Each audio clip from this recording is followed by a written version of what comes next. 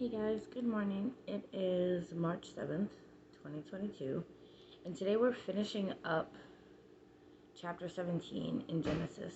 And this is gonna be a little, interesting. I keep saying that, but it is. But it's important. And even if things kind of make us uncomfortable that we read, it's number one in the Bible, and number two, it is important. So we have to get through the uncomfortableness sometimes. And today we're in chapter 17, verse 23, through Genesis chapter 17, verse 27. Like I said, we're finishing up this chapter. And the subtitle for this section is Abraham Accepts the Covenant. So let's go back for a sec. God makes a promise to Abraham that he's going to bless him and he's going to be the father of all nations. He's going to have massive descendants.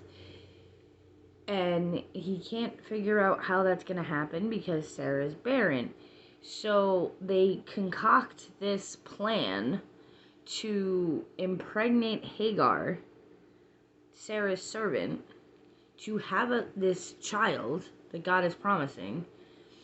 And they take it upon themselves to do it. And of course that doesn't work. Ishmael is born. Hagar runs away first. But then Hagar has an encounter with God herself. And she feels seen. And then Ishmael is born. And Abraham again gets told about the covenant by God. And again, Abraham is in disbelief. So he says, oh, bless Ishmael. He's here. He's real. I can see him. I can touch him. I can feel him. Bless him. And God's like, I will bless him, but he's not the one the covenant is about. God also gives Abraham something to do to commit to this covenant. And that's circumcision of all males. And so remember, we're in real time in Abraham and Sarah's life where we can flip the page and know the answer. We can flip the page and know the ending. They can't. Just like we can't do that in our lives. So I'm going to start reading in Genesis chapter 17, verse 23. On that very day, Abram took his son, Ishmael, and every male in his household, including those born there and those he had brought. He circumcised them, cutting off their foreskin, just as God had told him. Abraham was 99 years old when he was circumcised, and Ishmael his son was 13.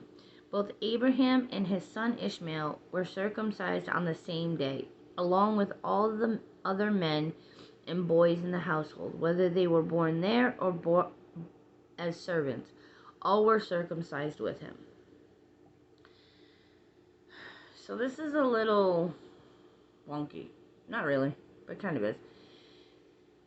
But what we see here is Abraham is saying, okay, I trust you, God. I don't understand how this is going to happen, but I trust you, so I'm going to do what you're telling me to do. And I bet this wasn't something that Abraham was looking forward to. I mean, just think about it. Would you? No, I don't think so. I don't think he was looking forward to this moment. And I don't think anybody else was, to be honest with you. But he did it because he trusted God. He did it because God had made him a promise and told him, this is the way you keep the covenant with me. This is how you set yourself apart. And sometimes we have to do things like that. Sometimes we have to do things that set us apart, even if it makes us uncomfortable. Even if we know we're going to face, whether it's physical pain or emotional pain or whatever it is. Oh look, it's Penguin. We have to face this stuff sometimes.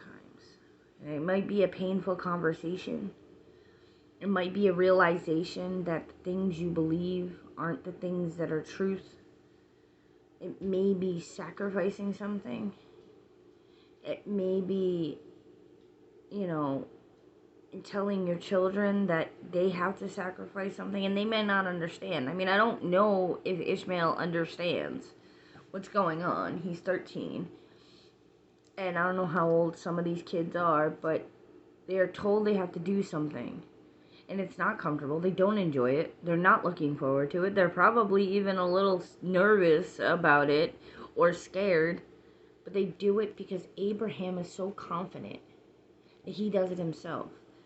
So as parents, whether it's biological parents or members of a church, kids are watching. Kids are watching what we do. And if we show that we trust in God, and if we show that God can change our lives, then they will want to be changed. We are a body. Just like Abraham, we need to show the younger generation that even if we don't understand, even if we are completely confused on how God is going to do something, that we can trust in Him. And like I said, sometimes this isn't physical like it is with Abraham. Sometimes it's a conversation. Sometimes it's about things that you just don't want to talk about. It's about things that maybe someone you love believes and you know it's not the truth, but you're nervous and scared and all this stuff to speak to them about it. Do it in love. I bet Abraham had comforting words. Even though he was scared himself, or nervous himself, I bet he had comforting words for those around him who were going to do the same thing. But Abraham showed how much he trusts in God by doing this. So here's my question. Where is it that God is saying, you need to do this? You need to have this uncomfortable conversation. You need to let go of this thing. You need to sacrifice this thing. Because remember, God doesn't do this to torture us. God does this to free us. And free the way we think and free the way other people think. And what other people are going through. And remember, others are watching you. Others are looking at you and saying, how does this person react to this situation? So today I hope you see Jesus in everything you do. And I hope you see God's promise all around you. And I hope you guys have a wonderful day.